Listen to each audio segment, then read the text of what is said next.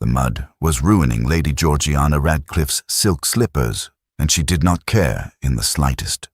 Rain lashed against the canopy of the woods, turning the twilight into a grey, watery blur. Behind her, Reverend Theodore Markham was practically hyperventilating as he scrambled over a fallen log. "Georgiana, please!"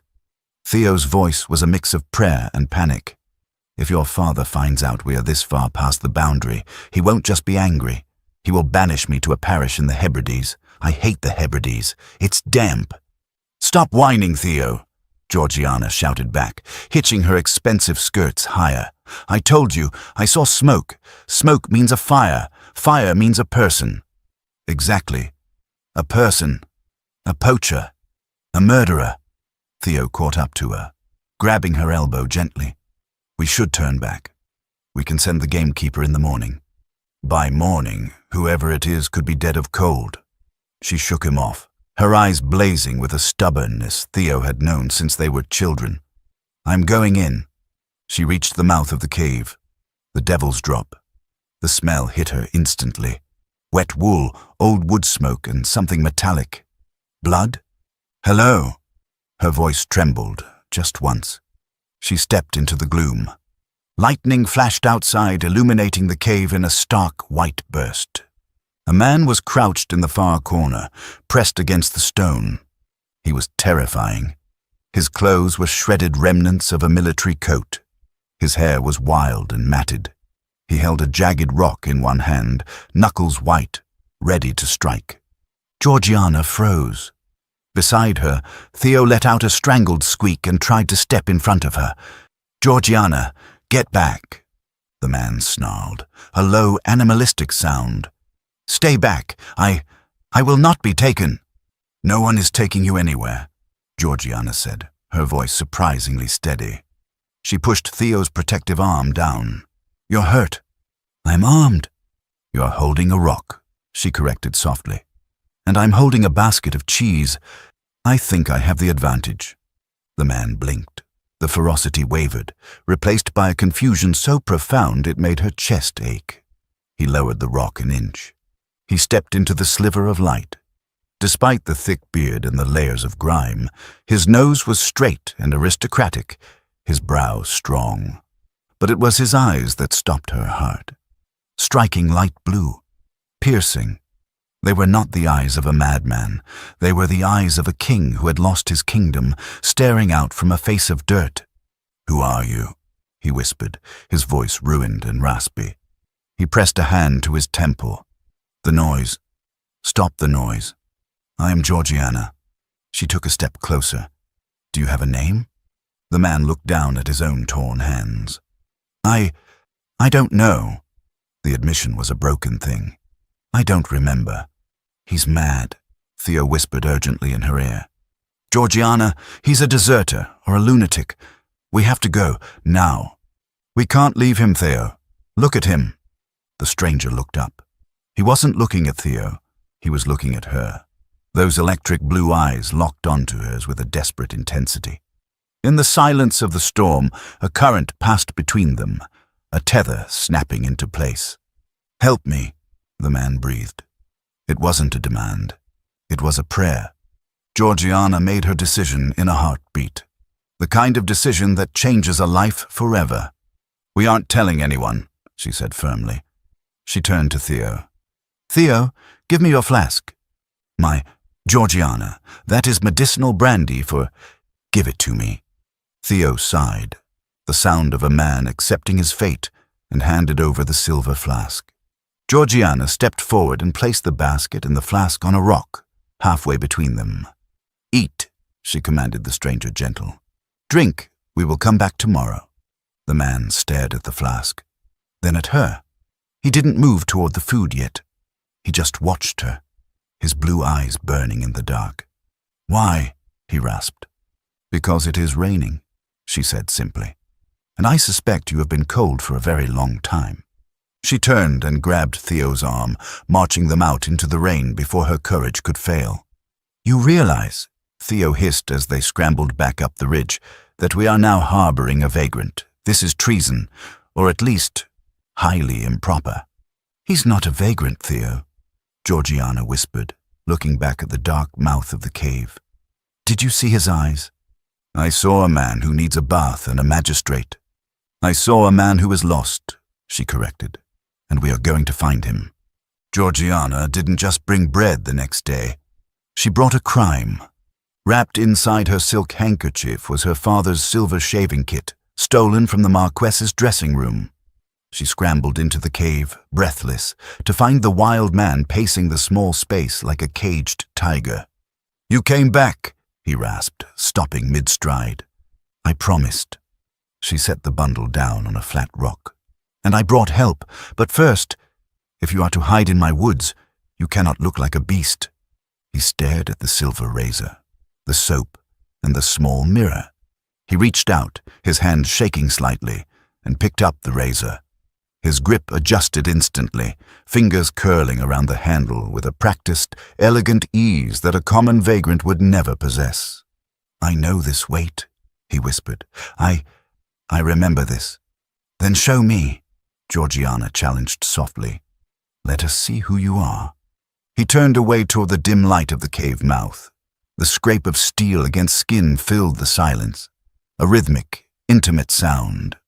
Georgiana watched his back, the muscles tense beneath the tattered coat. When he finally turned back, the air left her lungs. The savage was gone. In his place stood a man of devastating symmetry.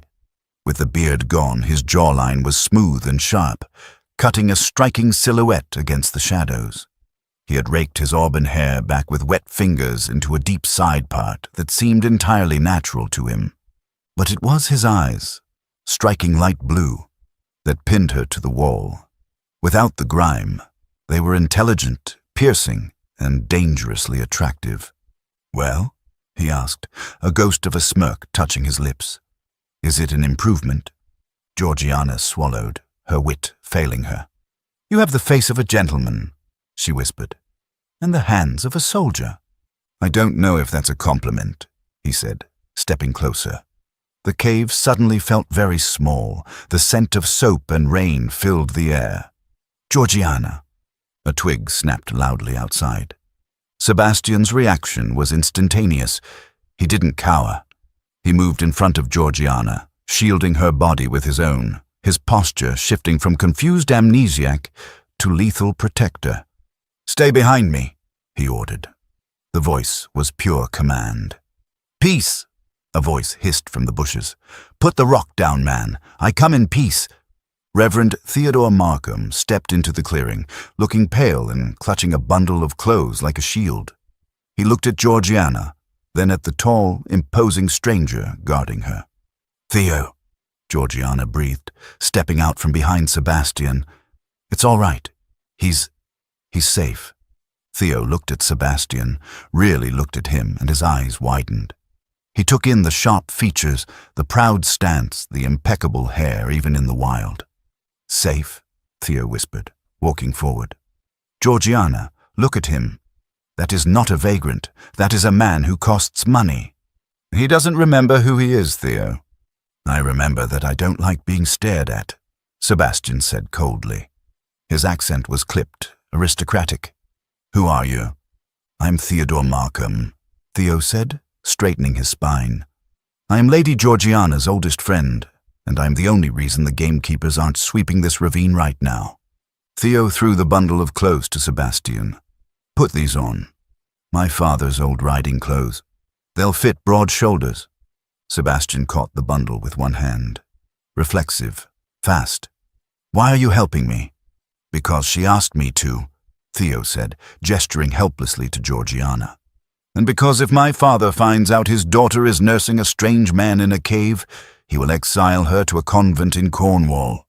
So, for God's sake, keep your head down." Sebastian looked at the clothes, then at Georgiana. The suspicion in his blue eyes melted into something else. Gratitude? Or something deeper? "I will not be the cause of her ruin," Sebastian said quietly. "You already are," Theo muttered, checking his pocket watch nervously. "Georgiana, we must go. The dinner bell rings in 20 minutes. If you are late, your mother will ask questions." Georgiana nodded.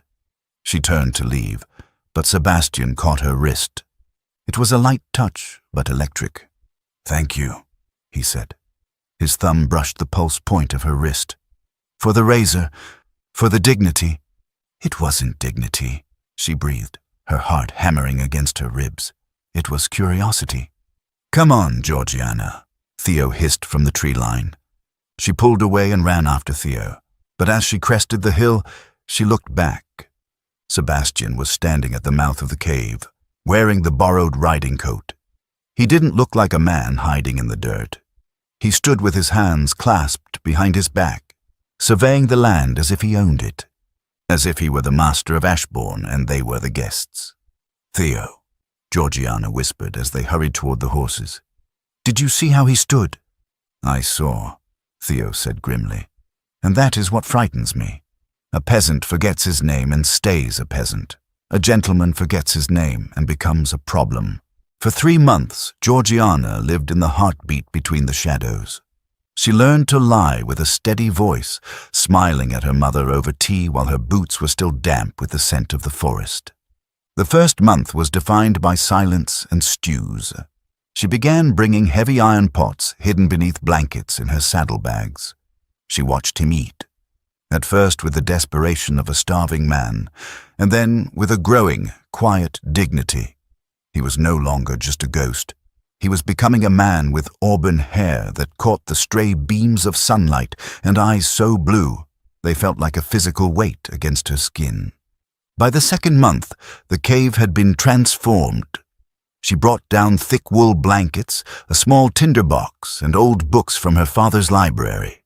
One late afternoon, as the first frost began to bite, she sat on a flat stone near him while he looked at a book of poetry. The air was thick with the smell of wet earth and the copper scent of the coming winter. "Why do you stay so long?" he asked, his voice now clear, no longer the raspy growl of the cave. "The sun is dipping. You should be heading back to the house." "I'd rather be here, in the cold, than in a room full of people who don't truly see me," Georgiana whispered. He looked up from the book. His sharp features were illuminated by the dying light. For a long second, neither of them moved. The chemistry between them was a wire pulled taut, vibrating with every breath. During a sudden afternoon downpour, a violent storm cracked open the sky just as she was preparing to leave. The rain came down in a white sheet, turning the forest floor into a river of silt. Georgiana slipped on a mossy root at the mouth of the cave, her feet sliding toward the steep drop down the embankment. Sebastian didn't think. He lunged, his powerful hand catching her waist, pulling her back into the safety of the stone walls. The momentum threw them together. She was pressed hard against his chest, her hands clutching his rough wool coat. His breath was warm against her forehead. The silence of the cave was suddenly deafening, filled only with the sound of their combined heartbeats and the roar of the rain just inches away. He didn't let go. His fingers tightened on her waist, and he looked down at her with a raw, brutal honesty. "Georgiana," he breathed. It was the first time he had used her name. She leaned up, driven by a hunger she didn't know she possessed. The kiss was accidental at first, a collision of teeth and desperation, but it deepened instantly. It tasted of salt and rain, 3 months of bottled-up longing. When they pulled apart, the world felt shifted. The cave wasn't a prison anymore. It was theirs. She managed to get back to the house just as the first dinner bell rang, her heart racing faster than her horse. By the 3rd month, the shift was complete. He was no longer a beggar she was nursing. He was a man who looked at her as if she were the only light in the universe, and she was a woman who was beginning to realize that bread was no longer enough to save him. The first thing Georgiana noticed was how easily secrecy learned her name. She adjusted without drama. She altered her rides by minutes. She spoke more at the dinner table, not less. She allowed her mother to believe the season had simply turned her thoughtful. In the woods, Sebastian was changing too. One afternoon he handed her a scrap of paper, his fingers stained with charcoal. "What is this?" she asked. "A map," he said. "Of the land as I understand it." She studied it.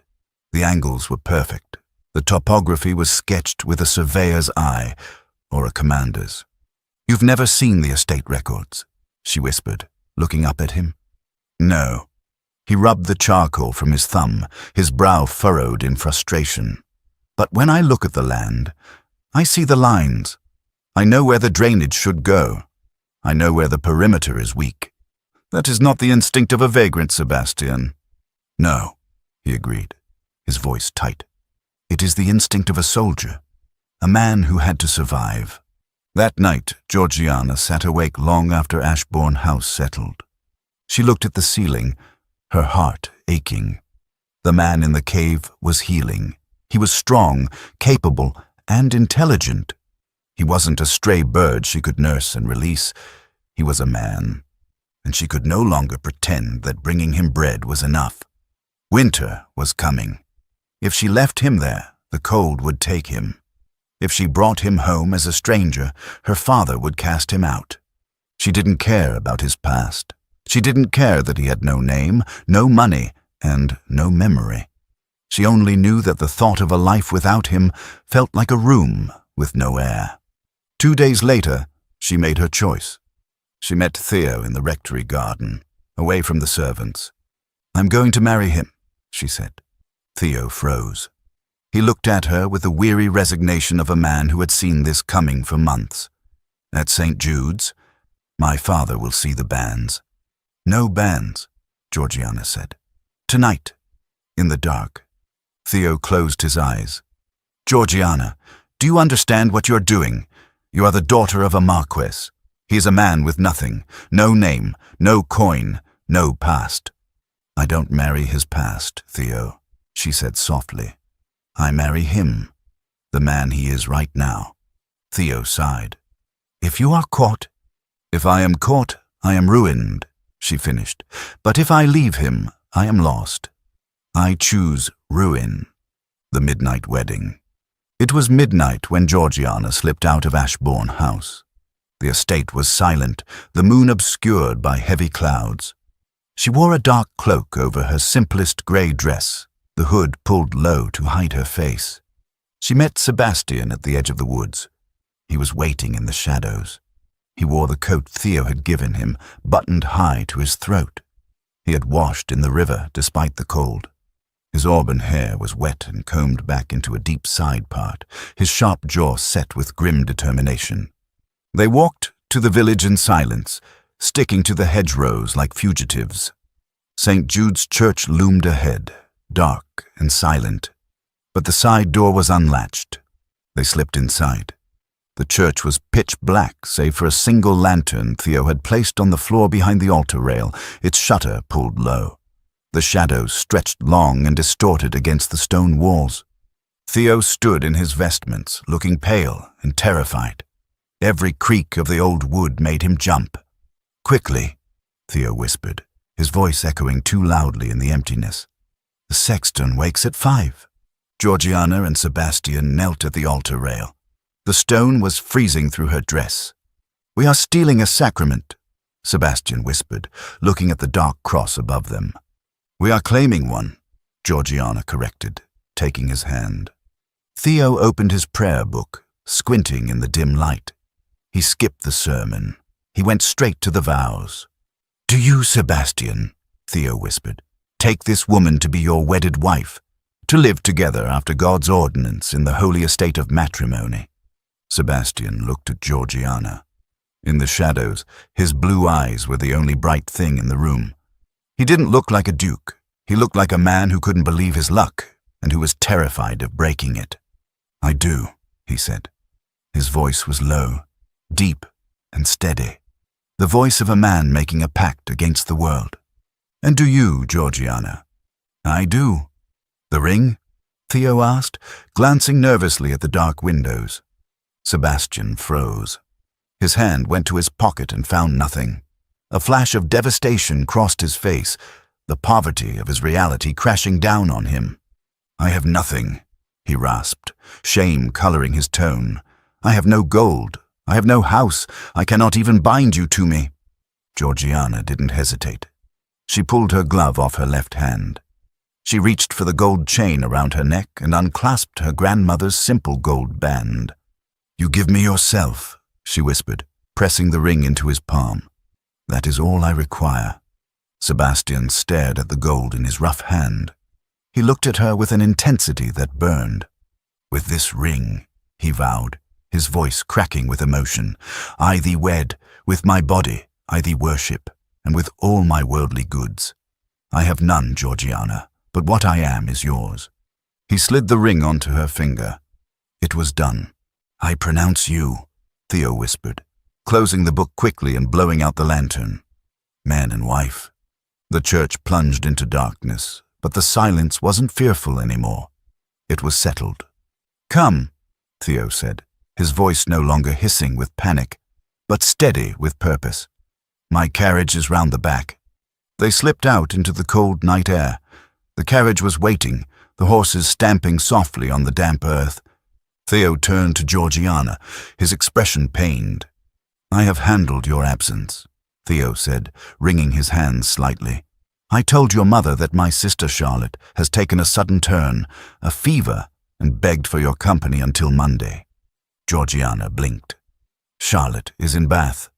"I know she is in Bath," Theo hissed, looking up at the cloudy sky. "I know it, you know it, and God certainly knows it." He squeezed his eyes shut, lifting his face to the heavens. "Forgive me, Lord," he muttered theatrically, crossing himself. "I have borne false witness. I have lied to a marchioness. I'm a shepherd leading his flock into deceit." He opened one eye to look at them. "But I did it. The lie is told. They do not expect you back for 3 days. Sebastian didn't look confused. He didn't ask questions. He understood the strategy instantly. The sharp intelligence in his blue eyes flared as he looked at Theo. "You bought us a weekend," Sebastian said, his voice low and appreciative. "You risked your soul for my wife's reputation." "My soul is already in a precarious position thanks to you two," Theo grumbled, opening the carriage door. "Get in, before the lightning strikes me down." They rode to the rectory beneath a darkening sky. It was a short journey, but for the first time, they weren't hiding in the dirt. They were sitting in a carriage, Sebastian's hand gripping hers. He watched the passing trees with the alert, calculating gaze of a man who knew exactly where he was going and what it cost to get there. Theo prepared the rooms without fuss. He lit the fire in the guest suite, closed the heavy velvet curtains, and secured the privacy. He stood at the door, looking at the two of them. "I will see you in the morning," Theo said simply. He paused, looking at the ceiling, "assuming I'm not smited in my sleep." The door closed. The lock clicked. The sound settled something final. Sebastian stood by the fireplace, guarding the threshold. The firelight danced over his auburn hair, illuminating the aristocratic lines of his face.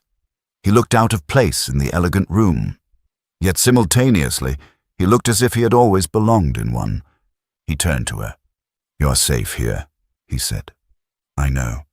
Still, he did not touch her. He stepped closer and stopped, close enough that she felt his heat before his hands ever reached her. "I have lived without memory," he said quietly, "without a name, without a place in the world. But I know this." His hand lifted slowly, giving her time to refuse. She did not. "I will never take what is not freely given." Her breath deepened, steady and sure. "I did not marry you to be careful forever," she said. That was when his composure shifted. Not broken, not lost, but softened. He cupped her face with both hands, reverent as though committing her to memory in case the world tried to steal him again. "My wife," he said, the word no longer a test, but a truth. "If this night is all I am ever given, it will be enough." She answered him by stepping closer. The kiss was not hurried, not desperate. It was deliberate. A claiming made tender by restraint, deepened by the knowledge that nothing stood between them now. No law, no fear, no unfinished truth. Later, when the lamp had been lowered and the world reduced to breath and warmth and shared quiet, she rested her head against his shoulder and felt him exhale. Long, steady, as though he had finally come home to himself. Morning came gently. By daylight, nothing had been undone. Everything had been sealed. They remained at Theo's house through the weekend. It was quiet, safe, briefly whole. They ate at a table. They sat by the fire reading. They existed as if they were simply Mr. and Mrs. Wentworth. But on the third day, the reality of their world returned. Sebastian stood by the library window, watching the leaves blow across the lawn. He wasn't relaxing. He was strategizing. "I cannot stay," he said. Theo, who was nursing a cup of tea and a guilty conscience, looked up.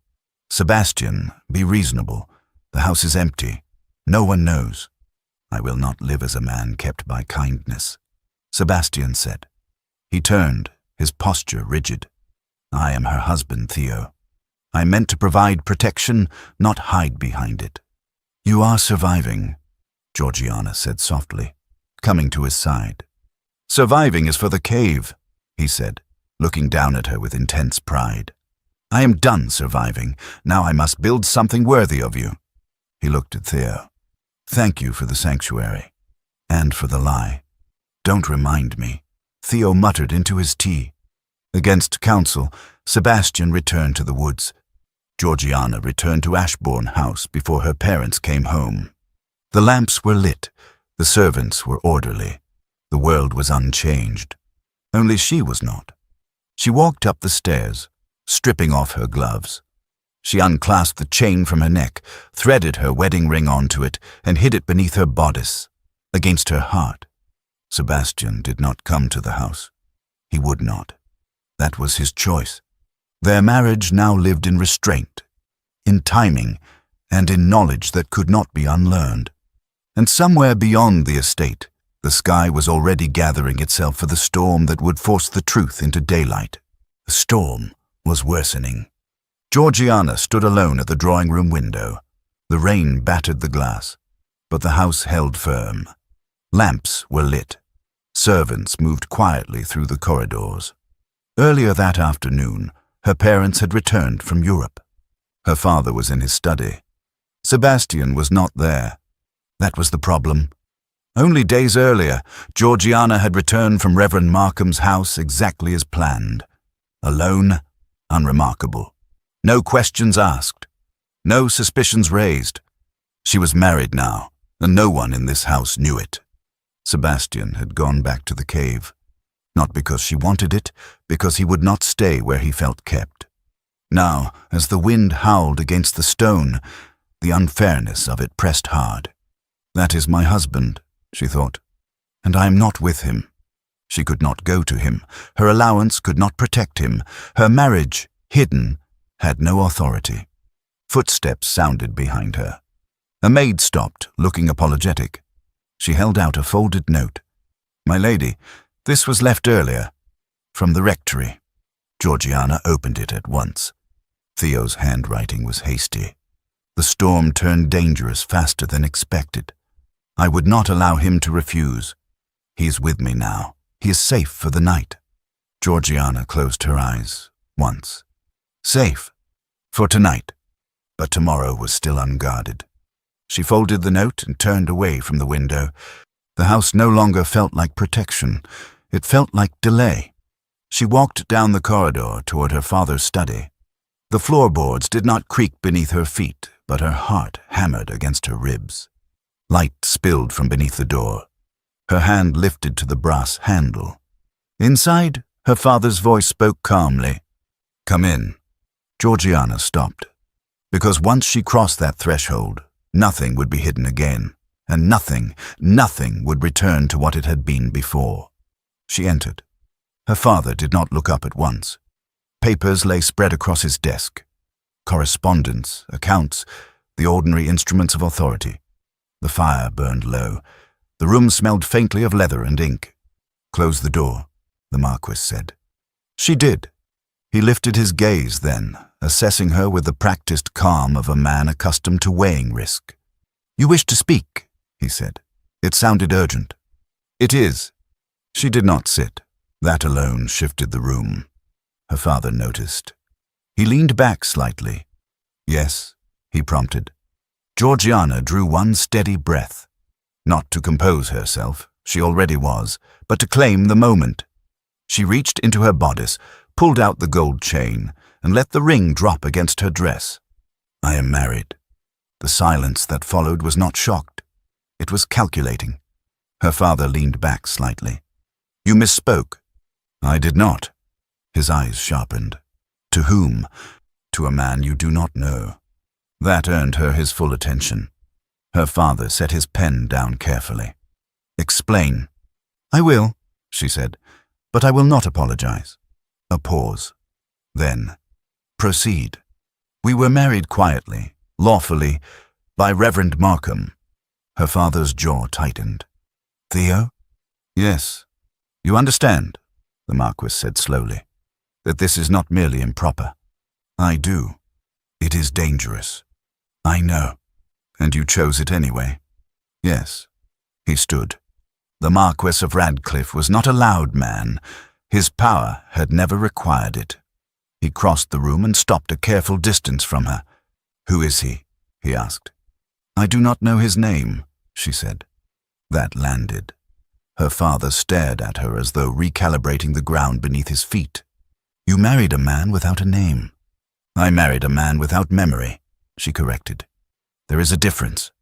There is not, he said flatly. There is, she replied. And you taught me that. That surprised him. She continued before he could interrupt. He is educated, disciplined. He carries responsibility as habit, not performance. He was broken by war, not made small by it. Her father's expression did not soften. Where is he now? With Theo, she said. For tonight. The storm made the woods impossible. You hid him, her father interrupted. Yes. You hid a man in this county, he said, and brought a clergyman into it. Yes. Do you understand what you have done to this family? Yes. Her voice did not waver. I also understand what I have done for my husband. That word, husband, struck with finality. Her father turned away, facing the fire. For a long moment he said nothing. Then, does your mother know? No. She must.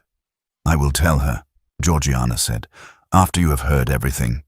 He considered that. Continue. He lived in a cave because he would not be kept, she said, her voice soft but fierce. Because he would not live as charity, because pride remained when memory did not. Her father turned back to her slowly. And you found this acceptable? I found it honest. The Marquess exhaled through his nose. You married a man you could not present, could not place, could not protect. I married a man I could stand beside, Georgiana said. The rest is power, and that belongs to you. That was the truth of it. Her father recognized it. You want me to legitimize this, he said. I want you to see him, she replied, and then decide. Another silence. At last, he nodded once. Very well, he said. He will be brought here. Tomorrow. Relief did not touch her face. On one condition, he added. She waited. If this man brings scandal, the Marquess said, you will accept the consequences without complaint. I already have, she said. He studied her, searching for uncertainty. There was none. Leave me, he said. She inclined her head and turned for the door. Georgiana. She stopped.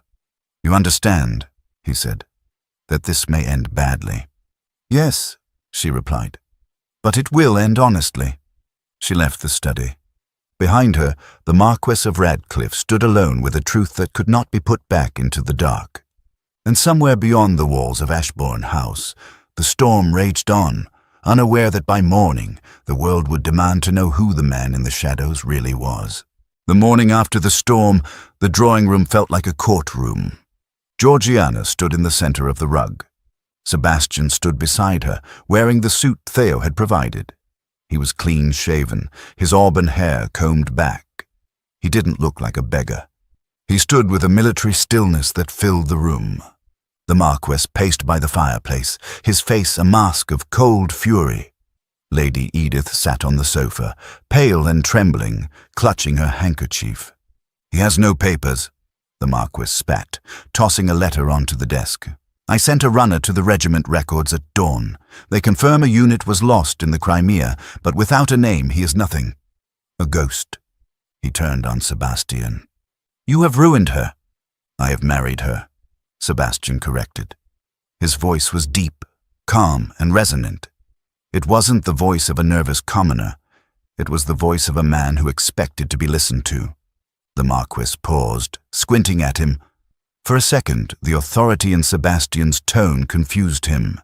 It didn't fit the clothes. You have married her, the Marquess mocked. And what will you live on? Heir, you have no title, no land, no income. He turned to Georgiana. You're dead to me, he said simply. Pack your things. You leave this house within the hour. Georgiana drew a breath, her hand finding Sebastian's. She had expected this, but Lady Edith stood up. No, Vincent.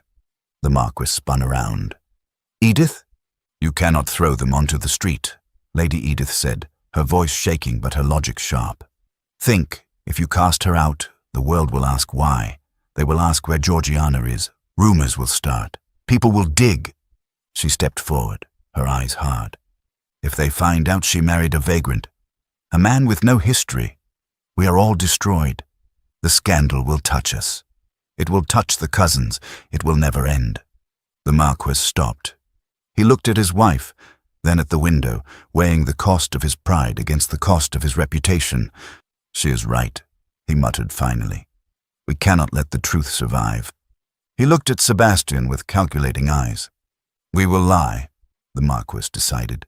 If anyone asks, you are a distant relation of a noble house, a minor branch. He waved a hand vaguely. From Sussex. Yes, we will say you are of the Sussex line. Respectable enough to marry, insignificant enough that no one knows you. Georgiana squeezed Sebastian's hand. The irony was suffocating. Sussex. If only he knew. And where do we live? Georgiana asked quietly. If I am dead to you, I cannot sleep under this roof. You won't, the Marquis said. You will go to the garden cottage, on the north edge. The gamekeeper's lodge, Lady Edith whispered. Vincent, it has been empty for years. It is a roof, the Marquis snapped. It is on the estate, so the lie holds, but it is far enough away that I do not have to see him. He walked up to Sebastian. He stopped inches from his face, trying to intimidate him. You will live there quietly. You will not attend the winter balls. You will not come to the main house unless summoned. You are invisible. Do you understand? Sebastian didn't blink. He looked the Marquis in the eye, and for a moment, the two men looked like equals. I do not require your balls, my lord, Sebastian said coolly, and I do not require your approval. I require only a roof for my wife. The Marquess stepped back, unsettled again by the arrogance in the man's eyes. A beggar should be grateful. This man was merely patient. Get them out of my sight, the Marquess ordered.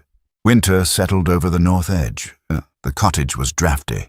The roof leaked in the corner. The wind howled through the gaps in the stone. And yet, for Georgiana, it was the warmest winter of her life. They built a world out of nothing. Sebastian was not idle. The man who had commanded a regiment now commanded a garden spade and a hammer. He fixed the roof, climbing the slate tiles with a grace that made Georgiana hold her breath. He cleared the briars. He hunted in the woods, bringing back rabbit and pheasant so they wouldn't have to ask the main house for meat. He was proud, he was capable, and he was hers. Inside, the cottage changed. Georgiana learned to cook. Badly at first, burning the porridge, laughing until her sides ached while Sebastian ate it without complaint. She learned to mend his coat. She learned that a Marquess's daughter could scrub a floor and feel more dignity in the dirt than she ever felt in a ballroom. One evening, deep in December, Sebastian sat by the fire, whittling a piece of oak. You are happy, he said. It wasn't a question. He sounded surprised. Georgiana looked up from her mending. I am. We have no money, Georgiana. The wind is rattling the door. You are wearing a dress that is 3 seasons old. "I have never slept better," she answered honestly. He stopped whittling. He looked at her with that intense, piercing blue gaze. "I feel," he tapped his temple, "I feel as though I am waking up. The noise in my head is gone, but there is still a hole where my name should be." "Does it matter?" she asked, moving to sit on the rug beside him. "We have a name. You are my husband." He dropped the wood and cupped her face. His thumb traced her lip. "I am afraid," he whispered, "that one day I will remember who I was, and he will not be a man who deserves you." "Then we will leave him in the past," she vowed, "and we will keep this." She didn't know then. She didn't know that the past was already riding up the lane to find them. 2 days later, a carriage from the main house appeared on the track. The footman didn't look at Sebastian. He handed a sealed envelope to Georgiana. "From his lordship." Georgiana broke the seal.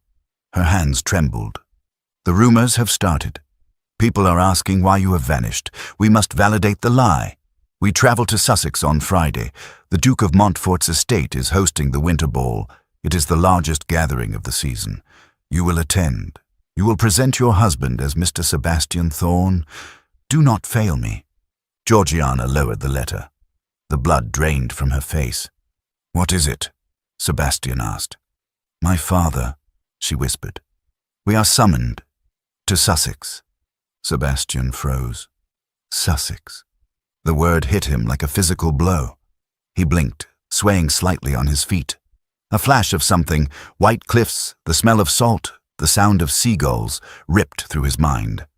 "Sebastian!" Georgiana grabbed his arm. "Are you all right?" He shook his head, clearing the fog. The image was gone as quickly as it came. "Yes," he rasped. "Just a headache." "We have to go," she said, her voice hollow.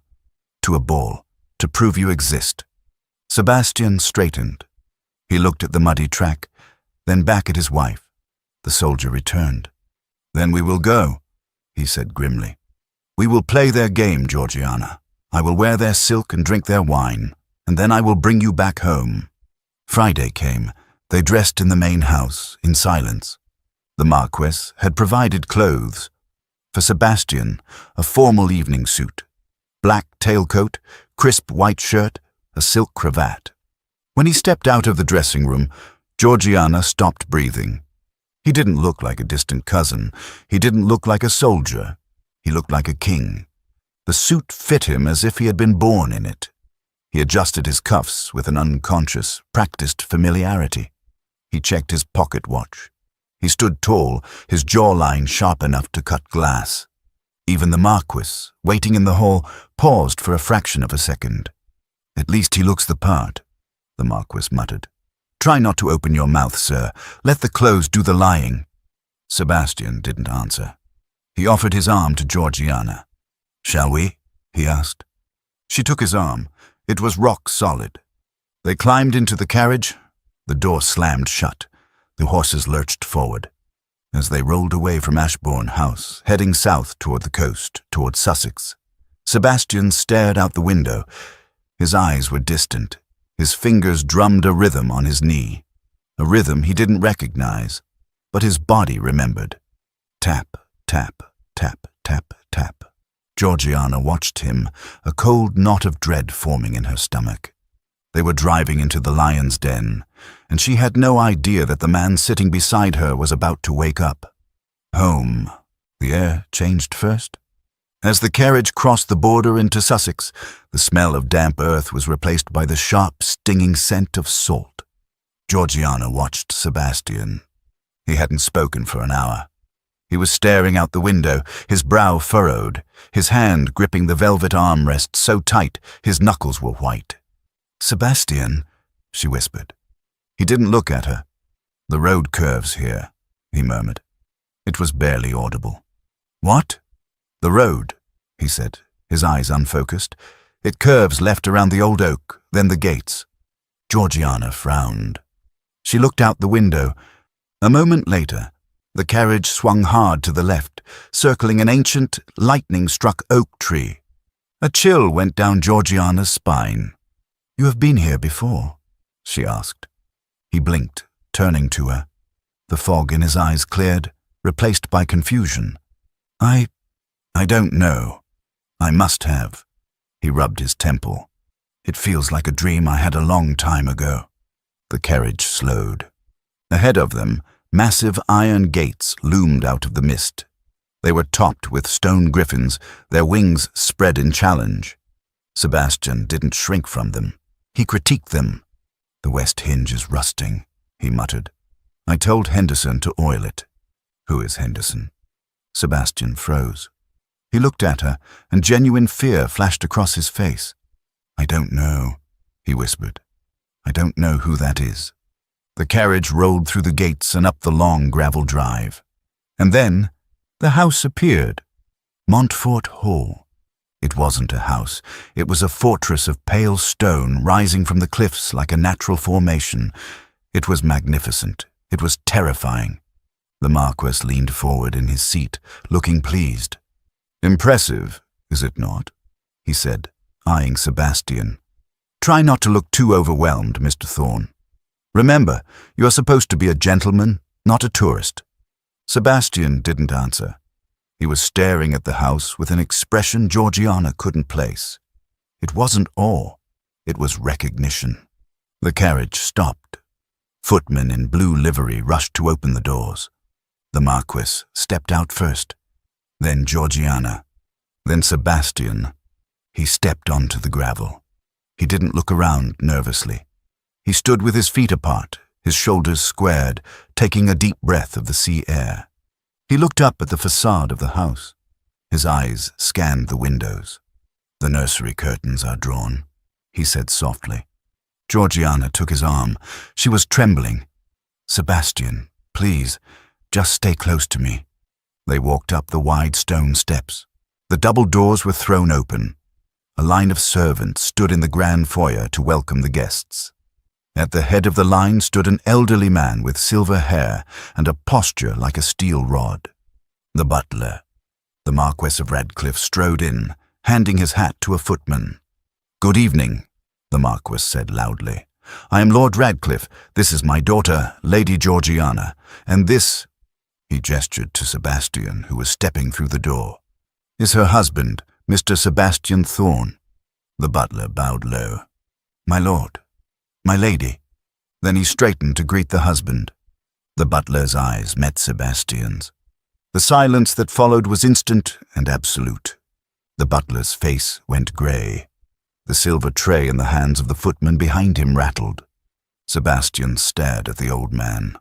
A headache spiked behind his eyes. Blind, white-hot pain. Henderson. The name screamed in his mind. The Marquess frowned, noticing the servant's paralysis. "Is there a problem, man?" The butler didn't answer the Marquess. He couldn't take his eyes off Sebastian.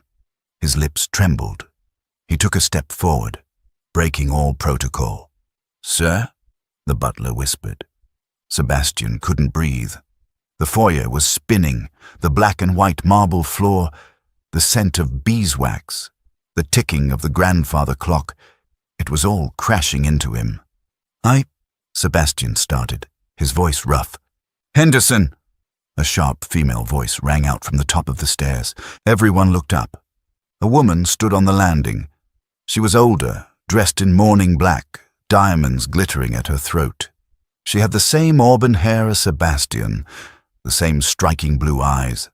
The Dowager Duchess. "What is this delay?" she demanded, descending the stairs. "The guests are freezing in the doorway." She reached the bottom of the stairs. "Lord Radcliffe," she said, forcing a smile. "Welcome." "Your Grace?" The Marquess bowed.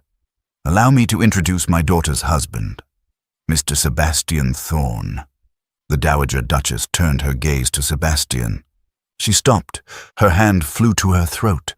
The color drained from her face so fast she looked like a corpse. "No," she whispered. The Marquess looked between them, confused. "Your Grace." She didn't hear him. She walked toward Sebastian as if in a trance. She stopped inches from him. Her hand reached out, shaking violently to touch his face. Sebastian didn't pull away. He couldn't. He looked at the woman, and the wall in his mind shattered. The cave was gone. The cottage was gone. "Mother," he breathed. The Dowager Duchess let out a sob that echoed off the stone walls. "William!" she cried, collapsing into his arms. "My William!" Georgiana stood frozen, her hand slipping from Sebastian's arm. "William." His name wasn't Sebastian. The Marquess of Radcliffe stepped back, his face a mask of horror. The lie was dead, and the Duke of Montfort had just come home. The foyer was silent, save for the weeping of a duchess. Georgiana stood frozen. Her hand was still reaching out, suspended in the air where Sebastian's arm had been a moment ago. But he wasn't there. He was enveloped in his mother's arms. Servants were rushing forward. Faces she didn't know, crying names she didn't recognize. "William," the Dowager sobbed, holding his face. "We thought you were dead. The regiment sent word. They said there was no body." William, stood like a statue. His eyes were wide, darting around the grand hall. The memories were not trickling back. They were crashing in like a tidal wave. The chandelier above. He broke that crystal when he was 10. The painting on the wall, his grandfather, the smell of lilies, his mother's perfume. He looked down at his hands, the hands that had chopped wood in the snow, the hands that had held Georgiana in the dark. They were shaking. "I remember," he whispered. His voice sounded different here. It echoed off the marble. "I remember the ship, the blast." "You are home," his mother cried. "You are safe." To the side, the Marquess of Radcliffe made a sound like he was choking. He had turned a sickly shade of white. He looked at the man he had called a beggar, the man he had banished to a gamekeeper's lodge, the man he had forced to enter through the servant's entrance in his mind. He was the Duke of Montfort, one of the wealthiest men in England, a war hero, a peer far above the Marquess in rank. "Your Grace," the Marquess stammered. He actually took a step back, bowing his head. We had no idea. The injury, the lack of papers." William didn't look at him. He looked over his mother's shoulder. He looked for Georgiana. She was standing near the door, small and pale in her old dress. She looked terrified. She wasn't looking at her husband. She was looking at a stranger. "Georgiana," he said. But before she could answer, the Dowager Duchess pulled back, her eyes fierce with protection. "Doctors," she commanded the butler. "Get the physician immediately. He is pale. He is shaking. Henderson, help him to the drawing room. He must sit." "Mother, I'm fine," William tried to say. "You are not fine," she cried. "You have been gone for 2 years. You are back from the grave." She signaled to the footmen. "Help him." The crowd of servants surged around him, a wall of blue livery and concern. They ushered him toward the double doors of the drawing room. William tried to turn back. "Georgiana!" But she didn't move. She couldn't. She watched the heavy doors close behind him, and just like that, he was gone. The silence returned to the foyer. The Marquess exhaled, pulling a handkerchief to wipe his sweating brow. He turned to Georgiana, his eyes wide with panic and a dawning, greedy realization. "A duke," he whispered. "Good God, Georgiana, you married the Duke of Montfort." He let out a short, hysterical laugh. "I thought you had ruined us. But you brilliant girl, you have secured the greatest match in the kingdom." He straightened his coat, his arrogance returning instantly. "We must go in. We must be at his side. We are family now." He reached for her arm. Georgiana stepped back. "No," she said. The Marquess frowned. "What?" "He is not the man I married," she whispered, her voice trembling. "The man I married needed me. The man I married was happy in a cottage with a leaking roof." She looked at the closed doors. "That man is gone." "Don't be sentimental," her father snapped. "That man was a fantasy. This is reality, and reality is a title, Georgiana. Now come." "No." She turned toward the heavy front doors. The exit. "Where are you going?" her father hissed. "You cannot leave. You are the Duchess." "I am going to the garden," she said, her voice breaking. "I need air. Do not follow me." She pushed open the heavy doors and stumbled out into the cold sea air. She didn't run to the carriage. She ran to the edge of the terrace, overlooking the dark, churning ocean. She gripped the stone railing. The salt spray hit her face, mixing with the tears she hadn't let fall inside. She remembered his words by the fire. "I'm afraid that one day I will remember who I was, and he will not be a man who deserves you." She closed her eyes. He was wrong. She wasn't afraid he wouldn't deserve her. She was afraid that the Duke of Montfort would not want the woman who loved the beggar. "Georgiana!" The voice came from behind her. She froze. She didn't turn around. She couldn't bear to see him in this setting, standing on his terrace, owning the world. "Go back inside, Your Grace," she whispered. "Your mother is waiting." Footsteps crunched on the gravel. Heavy, deliberate. "My mother is safe," he said. "My wife is not." He stopped beside her. He rested his hands on the stone railing, mirroring her. He was still wearing the suit her father had bought him, but he had torn off the silk cravat. His collar was open to the wind. He looked at the ocean. "I remember everything," he said quietly. "I remember growing up here. I remember the war. I remember the explosion." Georgiana gripped the stone tighter until her knuckles ached. "Then you know who you are," she said. "You are the Duke." He turned to face her. "I know who I was," he corrected. "I was a man who had everything and valued nothing. I was arrogant. I was bored. I was hollow." He reached out and covered her hand with his. His palm was warm, rough, real. "But the man who woke up in a cave," he said. "The man who learned to build a fire. The man who fell in love with a woman who had mud on her hem and defiance in her eyes." He stepped closer, forcing her to look at him. His blue eyes were clear. The shadows were gone, but the love was exactly the same. "That is the man I choose to be, Georgiana. The title is just a word. The estate is just stone. But you," he brought her hand to his lips, "you are the only thing that is real." Georgiana let out a sob she had been holding for hours. "I thought I lost you," she wept. "I thought Sebastian was gone." "Sebastian is right here," he promised, pulling her into his arms. "He just goes by William now." He kissed her then. Not a polite, aristocratic peck. A deep, searing kiss that tasted of salt and desperation and home. The terrace doors opened. "Your Grace!" The Marquess of Radcliffe hurried out, looking flustered. "The physicians are ready, and we really must discuss the arrangements. The scandal. How to present this to the press." William broke the kiss. He didn't let go of Georgiana. He turned to look at his father-in-law. The confusion was gone. The soldier was gone. The Duke had arrived.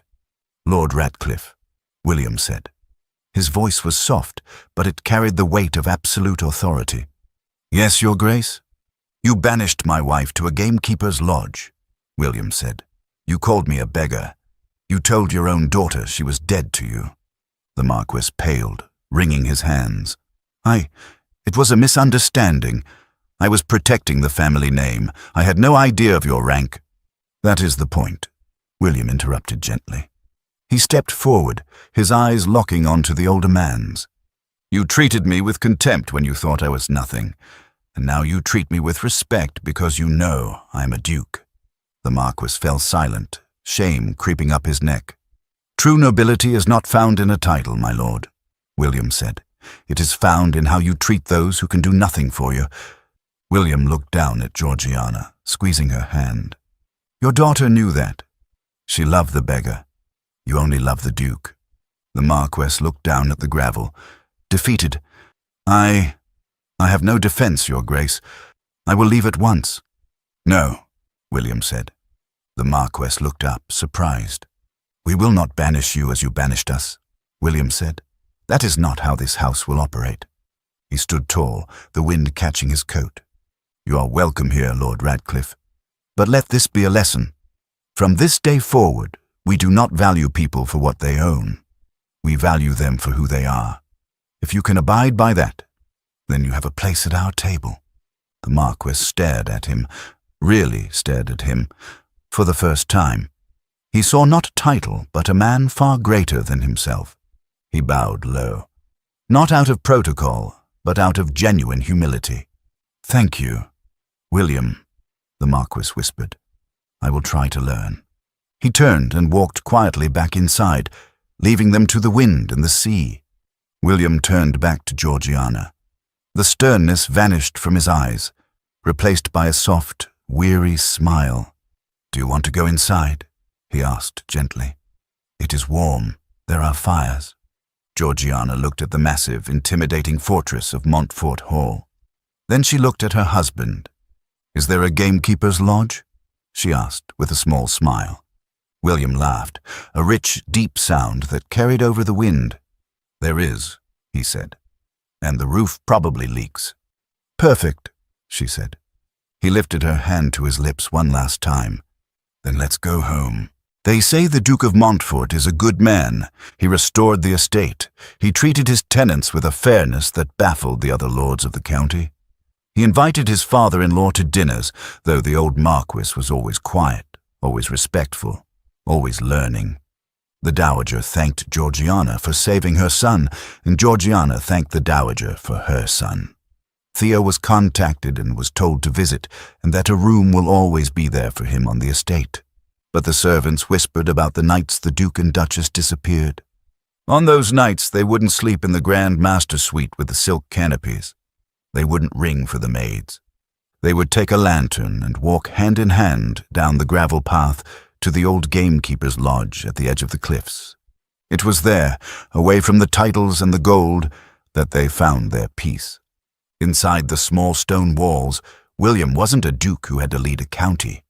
He was just a man who knew how to whittle wood and keep a fire burning. And Georgiana wasn't a duchess who had to mind her manners. She was the woman who had saved him. One night, a year later, the storm returned. Rain battered the slate roof of the lodge. The wind howled off the ocean, shaking the window panes. Georgiana sat on the rug by the fire, reading. William sat beside her, polishing a piece of driftwood, his movements slow and rhythmic. He stopped and looked at her. The firelight caught the auburn in his hair and the sharp angle of his jaw. He looked exactly like the man she had found in the cave, except the haunted look in his blue eyes was gone. "What are you thinking?" she asked softly. He smiled. It was a small, private smile that the world never got to see. "I was thinking about the cave," he said. "Do you miss it?" "No," he said. He reached out and took her hand, his thumb brushing over her wedding ring. The simple gold band he had given her when he had nothing else to give. "I don't miss the cave," he whispered, "but I am grateful for the dark." "Why?" "Because," he said, pulling her hand to his chest, right over his heart. "It was the only place where I could see you clearly." Georgiana leaned her head on his shoulder. The storm raged outside, trying to get in, but the walls held firm. The fire snapped. The world was cold and loud and demanding, but in here, they were safe. They weren't the Duke and the Duchess. They were just two people who had found each other in the shadows and promised never to let go of the light. And they never did.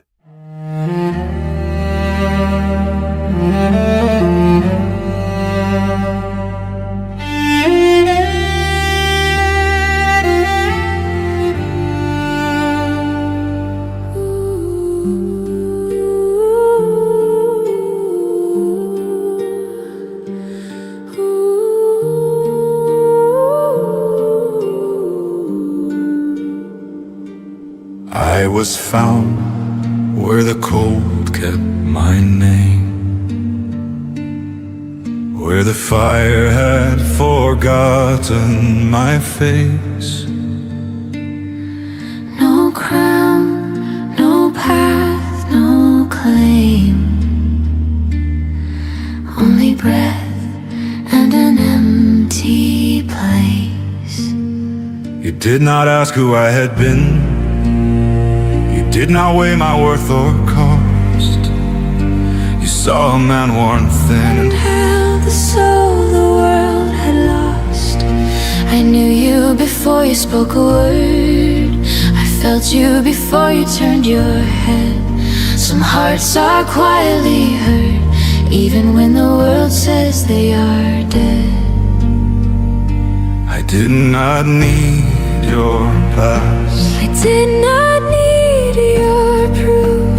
I only knew this truth, That love was standing in front of me. I had nothing but silence. You answered with light. I had no tomorrow. You stayed through the night.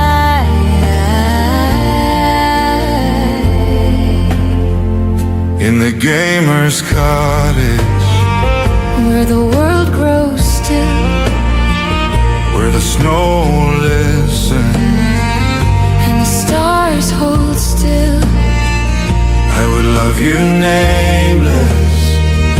I would love you poor. I would love you forever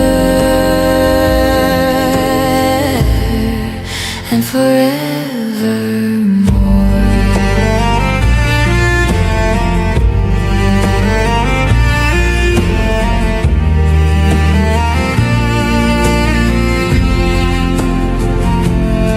They speak of power like it makes a man, They count a life in land and gold.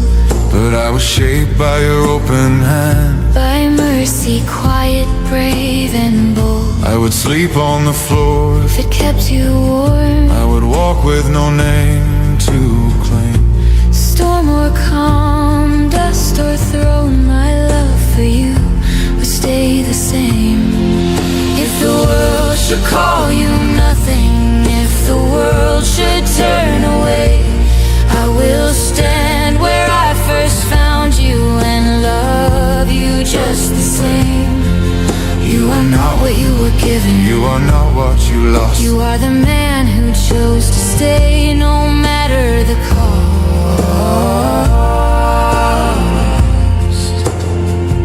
In the gamer's Cottage, with the door shut tight, I am yours in the dark, I am yours in the light.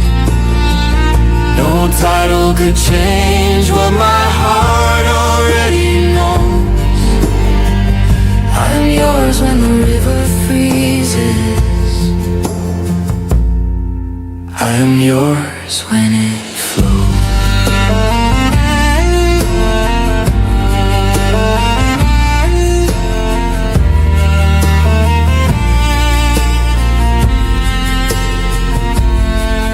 You saved me without asking.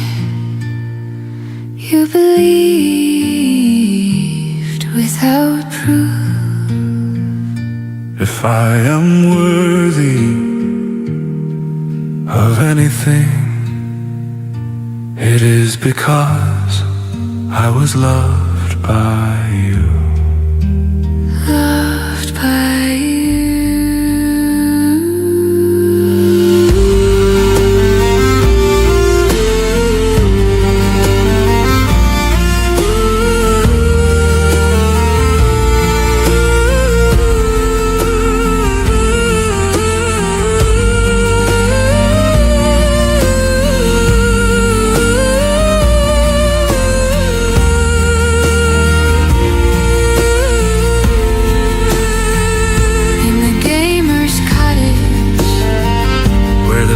Let's go where the heart learns peace. beneath the snow.